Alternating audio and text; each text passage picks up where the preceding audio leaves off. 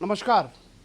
उत्तर प्रदेश की योगी आदित्यनाथ सरकार के अगर पूरे कार्यकाल को, अभी तक के कार्यकाल को देखें तो एक विधायक की सबसे ज़्यादा चर्चा होती रही है और वो खूब सुर्खियां बटोरे भी उन्होंने, सुर्खियां अपने बयानों के ज़रिए ज़्यादा बटोरी। हम बात कर रहे हैं बलिया के बैरिया से विधानसभा में चुनकर आए बीजेपी के विधायक सुरेंद्र सिंह जी की, जो अपने बयानों के ज़रिए हमेशा सुर्खियों में रहे। इस वक्त हमसे खास बातचीत करने के लिए खुद सुरेंद्र सिंह जी मौजूद हैं, दिल्ली में हैं, किसी ज़रूरी काम से आए थे, अचानक मुलाकात हुई और फिर बात तो होनी ही थी। सबसे पहले विधायक जी, माहौल क्या है बीजेपी का? अगर बात करें तो उत्तर प्रदेश में कैसा माहौल है आप लोगों का? देखिए पत्रकार जी, वैसे तो आप लोग प्रबुद्ध हैं, हर चीज़ की जानकारी भी रखते हैं। उत्तर प्रदेश में योगी आदित्यनाथ जी के चरित्र और साहस का डंका बज रहा है। जिसे देश में आदरणीय मोदी जी का बज रहा है, वैसे ही ठीक स्थिति उत्तर प्रदेश में पूज्य योगी आदित्यनाथ की है।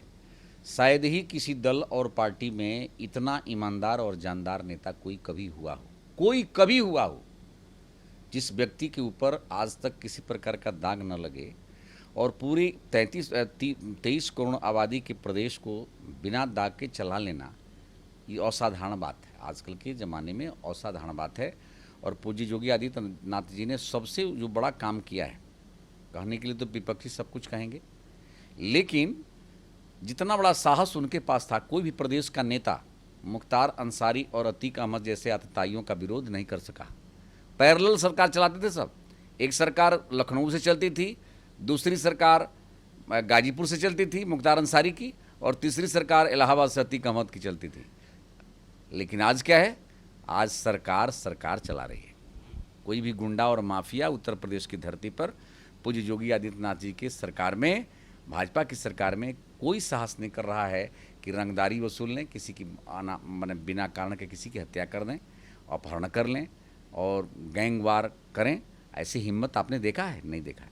तो शासन का 3 काम सबसे बड़ा होता है: सुरक्षा, चिकित्सा और बाद के जो काम होते हैं, हर काम होते हैं, लेकिन जीवन से संबंधित सुरक्षा और चिकित्सा, ये मानवीय जीवन से संबंधित काम है।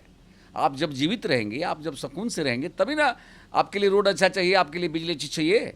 तो ये दोनों काम पर तो हमारी सरकार मैंने दृष्टि डाल करके प्रथमतः एक्शन लेकर के और ये संदेश दे दी है कि उत्तर प्रदेश की धरती पर अब गुंडा और माफियाओं का, मवालियों का चलने वाला नहीं है। जहाँ तक काम की बात है, तो काम के भी क्षेत्र में आप देखेंगे तो कोई भी ऐसा पारदर्शी, ऐसी तो सरकारें हम नहीं देखे कि टेबल पर बैठ करके पात्र वर्ग, चाहे ओबीसी व्यक्ति हो, चाहे हमारा हरिजन भाई हो, चाहे हमारा पिछड़ी वर्ग का भाई हो, चाहे सामान्य वर्ग का कोई भी अभ्यर्थी हो, 4.5 लाख सरकारी नौकरी देने का काम हमारी सरकार की है। और 4.5 लाख नौकरी देने में कोई भी माई का लाली नहीं कर सकता है कि एक नए पैसे की कोई लेन देन हुआ हो। पारदर्शी व्यवस्था के तहत जो योग्य था वो नौकरी पाया। ऐसा स्वरूप कभी भी किसी के ज़माने में, आदरणीय कल्याण सिंह के ज़माने में देखा गया, नहीं तो मुख्यमंत्री योगी आदित्यनाथ जी के ज़माने में देखा गया कि ईमानदारी पूर्वक नौकरी नहीं तो पैसे के बल पर। सपा और बसपा के राज में क्या था? पैसे के बल पर जिसको चाहो जो नौकरी ले दो। लेकिन विपक्ष जो है हंगामा क्यों कर रहा है? अगर सब कुछ ठीक चल रहा है, आप कह रहे हैं, तो विपक्ष हंगामा कर रहा है। विपक्ष कह रहा है नौकरी नहीं मिल रही है, कानून व्यवस्था पे कि विपक्ष उसी के लिए पैदा ही हुआ है। हम विपक्ष हंगामा नहीं करेगा तो उनका संस्कार ही क्या है? हम तो अब विधायक बनने के बाद ये अनुभव किए हैं कि प्रजातंत्र में मैंने विपक्ष की जो भूमिका है, भारत की धरती पर लोगों ने ये मान लिया है कि कोई यज्ञ भी करेगा, कोई अगरबत्ती भी जलाएगा, कोई हवन भी करेगा तो कहेगा कि उसमें भी कोई राज है, कोई भजन करेगा तो उसमें कहेगा इसमें भी कोई राज है। तो जहाँ यही संस्कार बन गया है कि आप अच्छा काम भगवान का जप भी करेंगे तो कहेंगे कि इसमें भी कोई राज है, तो इस संस्कार को कौन दूर कर सकता है? ये संस्कार बन गया है कि हम पक्ष जो है यदि राम भगवान का भजन करने के लिए बात करेगा, पक्ष यदि राष्ट्रवाद की बात करेगा, पक्ष माने हमारा सत्ता पक्ष जो है किसी आतताई को दमन करने की बात करेगा, तो सत्ता पक्ष का विपक्ष कहेगा कि नहीं, ये बहुत गड़बड़ हो रहा है। ये कोई बात है? लेकिन एक बात और विधायक जी, हमने गूगल पे सर्च किया, यूट्यूब पे सर्च किया, सबसे ज़्यादा जो बयान है, विवादित बयान, वो आप देते रहते हैं। आखिर इतना गुस्सा, इतना बयान, इस तरह के बयान देने के पीछे मकसद क्या होता है? वो कहते हैं, विरोधी कर रहे हैं, कहते हैं कि सुरेंद्र सिंह जी डरते नहीं किसी से, अधिकारी खौफ खाते हैं आपसे। देखिए पत्रकार जी, हकीकत यह है कि जनता की सेवा करने के लिए, व्यक्ति को एक लंबा परिवार चलाने के लिए कहीं ना कहीं आदमी को सत्य आचरण पर यदि जीवन जीना है तो भ्रष्ट अधिकारियों और कर्मचारियों को ठीक रखने के लिए डांटना आवश्यक होता है। इसलिए मेरा कोई वो नहीं है, पारिवारिक है, अधिकारी भी हमारे हैं, कर्मचारी भी हमारे हैं, लेकिन जहाँ जहाँ मेरा समाज है, समाज का काम है, कोई थोड़ा सा हिला हवाली करता है तो निश्चित रूप से मैं थोड़ा डांटता हूँ और ये करता हूँ। मेरा दोस्त मानिए चाहे अच्छा ही मानिए, ये कोई भी। कहते हैं सुरेंद्र सिंह जी किसी से डरते नहीं हैं, और जो जी क्षेत्र के लोग कहते हैं कि भाई विधायक हो तो आप जैसा, और आप डरते नहीं किसी से, जो भी बात है बेबाकी से कहते हैं। डरती इसलिए मैं नहीं हूँ कि मुझे पूरा भरोसा है कि ईश्वर जो जिम्मेवारी देना चाहता है देता है। भले हम लोग कुछ भी कर रहे हैं, लेकिन भगवान की इच्छा होगी वही होता है। तो मैं जीवन का सब काम ईश्वर को साक्षी मान करके करता हूँ और राजनीति को साधना बनाया हूँ। और 18 घंटा हमारे सम्मानित नेता मोदी जी समाज के लिए चिंता करते हैं, देश के लिए चिंता करते हैं, हमारे पूज्य योगी जी करते हैं, तो उनके छत्र छाया में सानिध्य में रह करके हम लोग भी 18 घंटा समाज की चिंता करते हैं। एक छोटा से काम लेकर के, चाहे एक छोटा सा काम हो हमारे कार्यकर्ता का, चाहे एक बड़ा सा काम हो, उस काम को मैं अपना निजी काम मान करके संपन्न करने का प्रयास करता हूँ। फिर भी मैं कोई भगवान नहीं हूँ, कोई बहुत बड़ा महान भी नहीं हूँ, लेकिन एक राजनीतिक सेवक, प्रजातांत्रिक सेवक के रूप में अपनी भूमिका का निर्वहन करता हूँ। ऐसा कौन सा काम है जो आप डंकी की चोट पे कह सकते हैं कि जिन कामों की बदौलत उत्तर प्रदेश में योगी आदित्यनाथ सरकार की वापसी हो रही है, उन कामों का जिक्र आप करें? एक काम आप कह रहे हैं महाराज, सबसे पहले इंसान का क्या आवश्यकता होती है? जान बचाना।